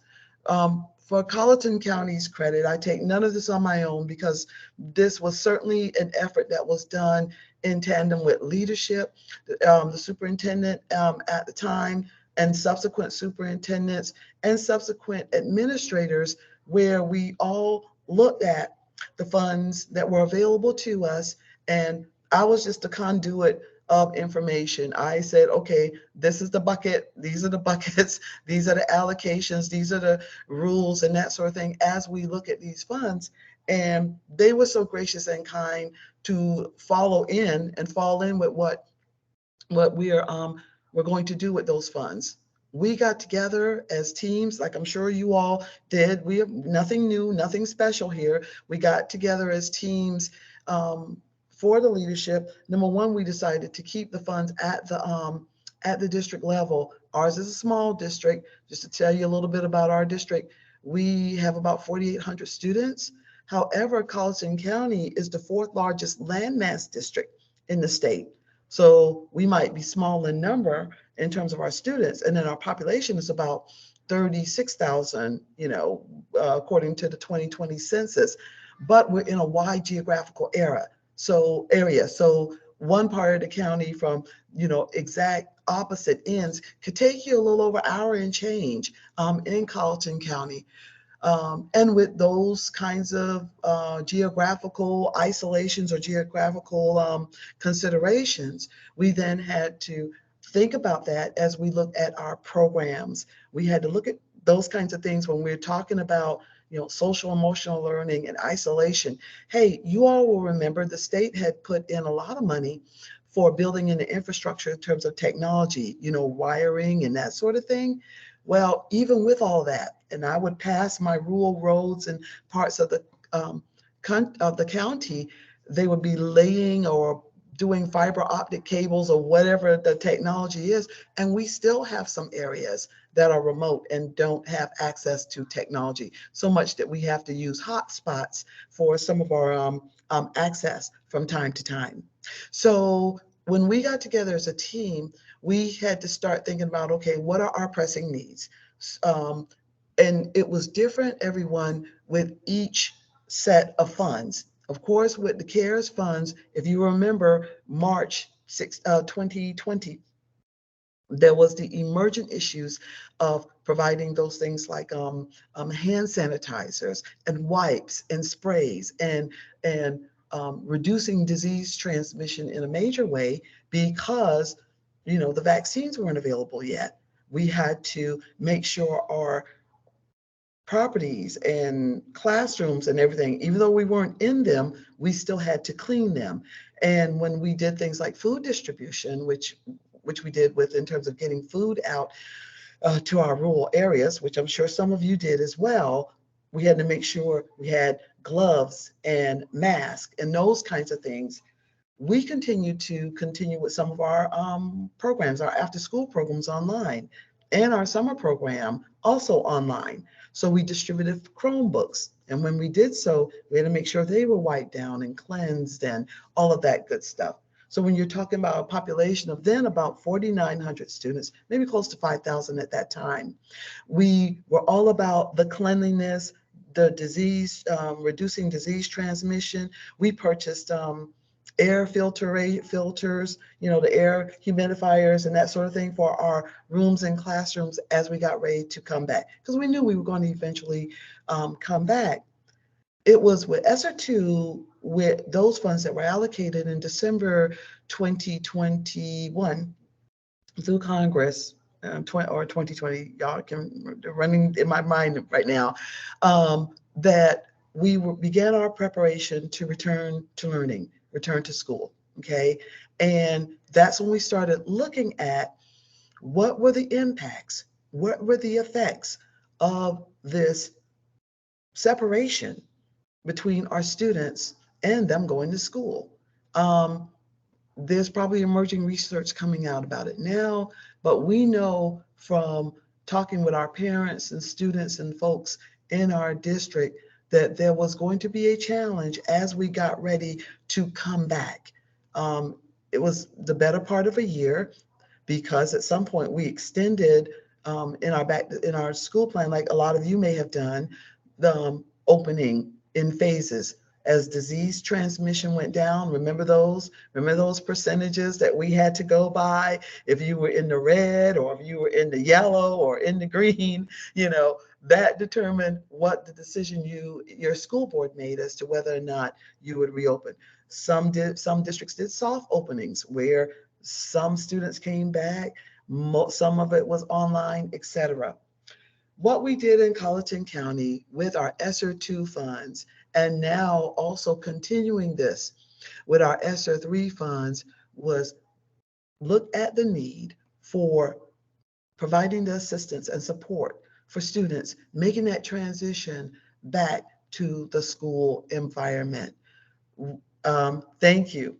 We had all kinds of thoughts. What are our needs? Thank you so much, Emily. I should have been telling you to progress the slides. What does the data tell us? Can we get a pool? Because here again, like Julia was saying, you have certain situations where folks have a lot of money, and everyone's not like us. They're not reading the rules and the regs. They're not looking at the OMB circular or the section 200. They're not plugged in this way, but we are. So whenever we would have things like our public hearing and getting that input, you get all those kind of questions, including, can we get a pool? You can have it chlorinated, that reduces disease transmission, etc. We can keep it sanitized. When does the money end? And we all knew it had an end date, but our folks who were working with us may not have. They're not remembering 2023, 2024, 2020, that sort of thing. And why can't we just spend it? Do we have to just abide by any rules? After all, it's an emergency. It's a pandemic, right? It was sort of the same kind of discussion I had with districts when we got the the ARA funds, the American Recovery and Reinvestment Act funds, where, they weren't sitting down with a non-supplement, not supplant clause. But folks were like, well, we got to save jobs. We got to do various things. Can't we just spend it? Do we have to abide by any rules? Can we get two pools? Can we get one for the high school, one for the middle school? And how can we spend this money? You can't make any of this stuff up, folks, right? We live it, we breathe it, and we go through it every day. But it's always a learning process, and it's always beneficial for our kids because there's a kid behind that. Next slide, please. There's a kid always behind what we do. And so we targeted positions. We, as our leadership team, we talked about adding positions, key positions that are needed as we address our students coming back, and then some other supporting position. So we had implementation of the state law. We knew that we could use these funds to help implement state laws because ESSER 2 and ESSER 3 and CARES came with the no supplement, not supplant clause. We didn't have to worry about that. Really, really good, because we were able to just kind of, get a lot of things paid for, a lot of things done as our office approved them. Whenever there was a request, like you saw on the other slide, I said, hey, I'll ask my program office, but if they say no, now, of course, I knew to say no to the pools, but in some cases, and our lawyers would tell us, well, if you can make the case, if you can provide the data, et cetera, et cetera, et cetera. And then finally, if our state office approved them, and we relied on them very, very heavily, y'all, throughout this whole process in terms of getting guidance. Student behavior and academic performance since return to school. Just like many of you, we saw some phenomenon. We saw folks not able to get along. You have younger children in the pandemic who, weren't exposed to kindergarten or traditional first grade, like going in there. That didn't happen right till about third grade. So, there was a delay there in terms of how students would interact with each other. And then some of our older kids, some kind of issues where we saw where there were increase or an uptake in behavioral issues or concerns, students not able to get along. Once again, used to being in, and because of the isolation, being able to have school teams to focus on how to best provide the data and interventions, that's where we went. And then the need to focus effort on targeting the resources. That's what we did with ESSER. We identified students with excessive absences. A lot of our kids took a minute coming back. And as you all know, some kids either didn't come back, or remember that time when the state was asking us to find children because some of them either had gone online or had moved, or we had sometimes in situations in that students learning from other remote areas, other states. So we had to identify and find those children because it was leading to excessive absences and truancy. Identification of those students with truancy. So we had to make sure when we get the state reports and our own reports that we're trying to find out where those children are, and having to search for any students who disappeared, and of course strengthen our partnership with existing providers. Next slide. So consequently, this meant for us reviewing the data, leveraging the partnerships, and determining what we had to do. So let's start with the district multi-tier systems of support coordinator. So in one case, we got the 2017 law that implemented multi-tier systems of support. Okay, that was in 2017, and we only had about maybe 3 years where we were trying to really kind of promulgate that and get that going before we got to shutdown. Well, it became very, very clear and apparent that we needed to revisit MTSS in a major way as we were coming back into the school environment. We wanted to make sure we had a system by which not only are we looking at the academic data, which we saw there was some dips as well, I'm sure you all, same thing, but then also now with behavior.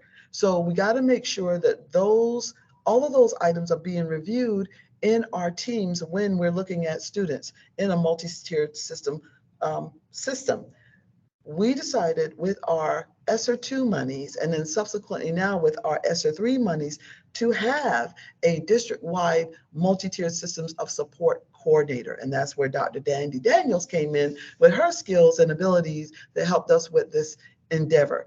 It helped us feed two birds with one trough. I don't like to kill two birds with one stone. It helped us be able to implement the state law with fidelity, but then solidify the efforts that we were doing at the district level at a very, very critical time when our schools were coming back into in-person learning. We looked at the issues with truancy and absenteeism and just straight up not being able to find our kids. The state report wasn't very kind to us because it told us, hey, you guys are missing some kids here. We got to find them. And it meant not literally looking under rocks in every nook and cranny, but pretty much close to it. We identified an individual, Renee Jameson, who was part of the community and a social worker with great social work experience to help us with this endeavor. We found that it was more than just the teachers having to tick off who's here, who's present, who's absent, and the occasional visits by the SRO teams or the school teams to see if we can find these individuals, because guys, we had to find them when we find them. You know, Mrs. Jameson went out when, you know, during the day, during the school day or in the evening, and she was able to also assist us with increasing our partnerships with the existing health agencies that provide also mental health and other kind of services to our families. Because, you know, what she found out and what she conveyed and was able to tell us, yes, this is what this family has gone through during COVID. Not only were they disconnected socially, emotionally, they may have been disconnected technology wise, and, you know, we're just kind of doing the very best they can to keep their kids logged in for the various information for academics. So those were our decisions. We hired the district MTSS coordinator and the district social worker, you know, approved by our folks at the South Carolina Department of Education.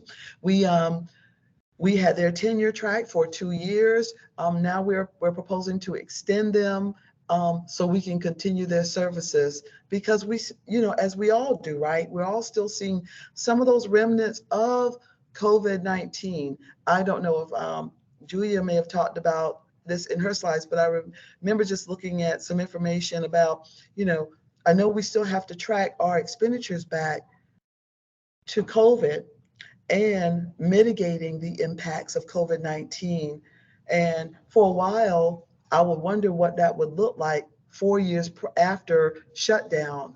But we still see some of those remnants, right, y'all? We still see some of those dips in academic performance. We see some of those issues and concerns for that group of kids who were out of school during that time.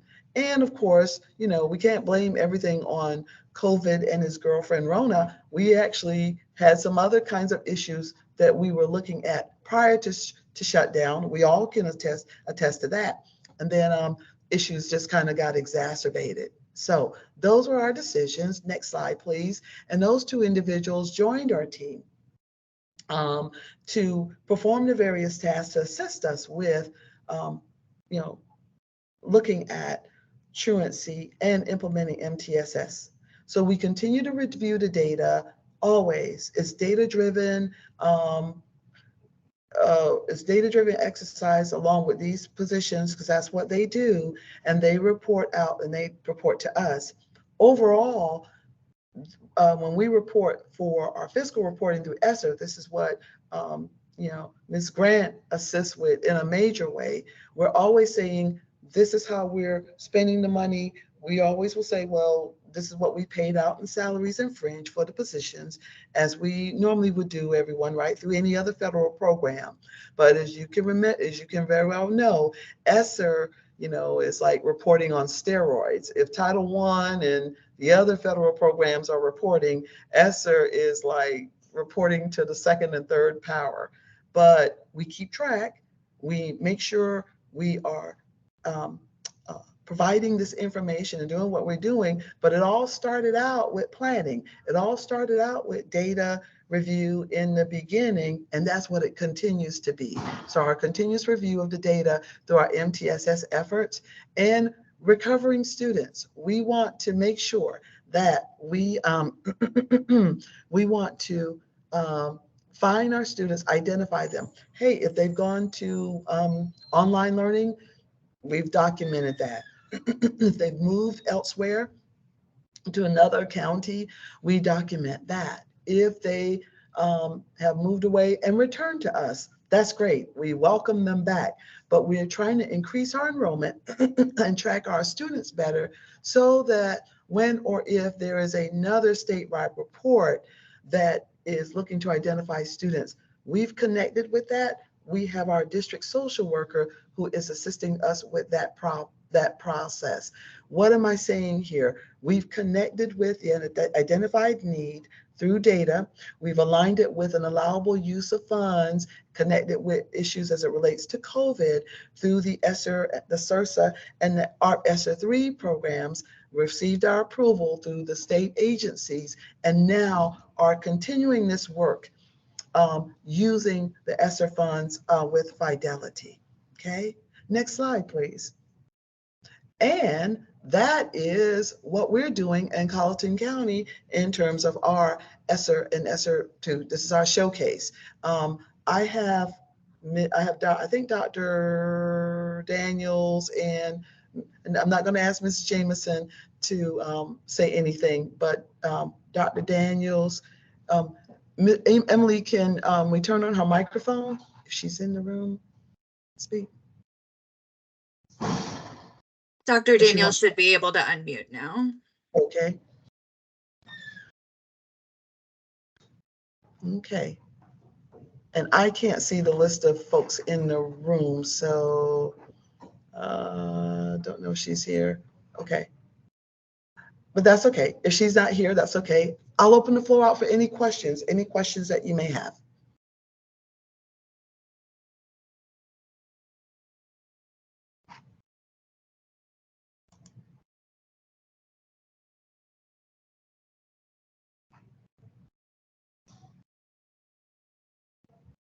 Okay, Emily, I am done. I had my persons around, but one really can't talk. You're welcome. Thank you, Brandy.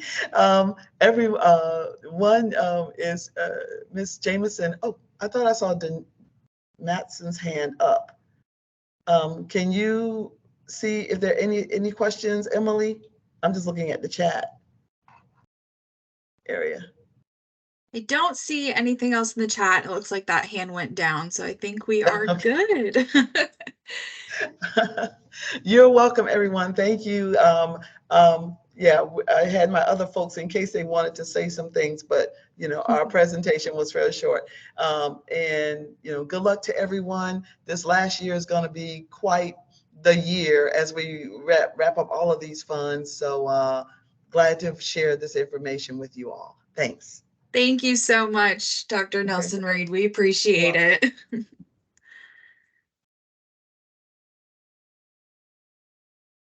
All right, everyone. So we actually do not have our next presentation scheduled until 11 o'clock. So we are going to give you a little mid-morning break to go get a mid-morning snack and top off your coffee. And then at 11 o'clock, we will be back with Stephen Strother from our very own South Carolina Department of Education to talk about maintenance of equity. So we will see you all back here at 11 o'clock. Thank you.